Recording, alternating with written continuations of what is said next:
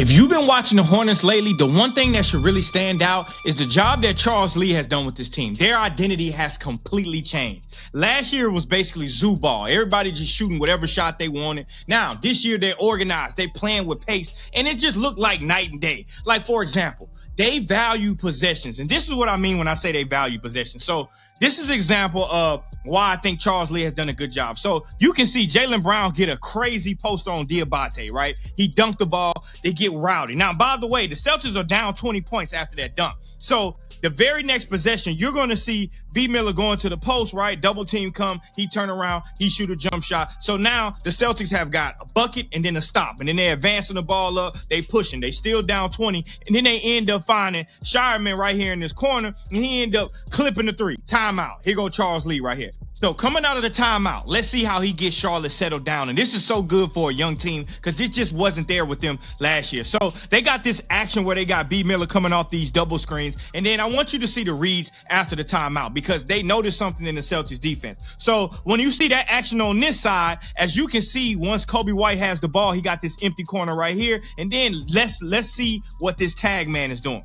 Let's see what Kata is doing. So he's looking over there. And as he's looking over here, you're going to notice that Brenner is going to slip out this back door. So because Kobe White has this empty corner, he can drive, he can draw Kata to him. And as he draw Kata to him, when Brenner stuck out that back door, now he get a wide open layup. Now, this is after a crazy dunk by Jaylen Brown. And I'm only showing that play because it shows the growth and maturity of them slowing the game down and understanding that the Celtics need points. They need more possessions. So you don't have to go band for band with them. You can slow it down. Now, on the offensive end, this is where I really liked it at because as you can see, they're going to run this little pick and roll between Brenner and Brandon Miller. And Brandon Miller ends up turning it down. And as he turns it down, he noticed that they're going to get a little bit of help. But Brandon Miller is athletic, so he ends up getting a crazy poster, right? So it's turned up. You're going to see B. Miller. The whole team is turned up. That's a crazy poster, right? So on the very next possession, now you got to remember, the Celtics are down. So when you down, you need extra possessions. You need to speed up and you need to go fast. So now Hugo ends up getting his three, right? So as you can see, after Hugo makes that three, you can see Charles Lee saying, hey, slow it down. After the Brandon Miller dunk, right? A young team will say,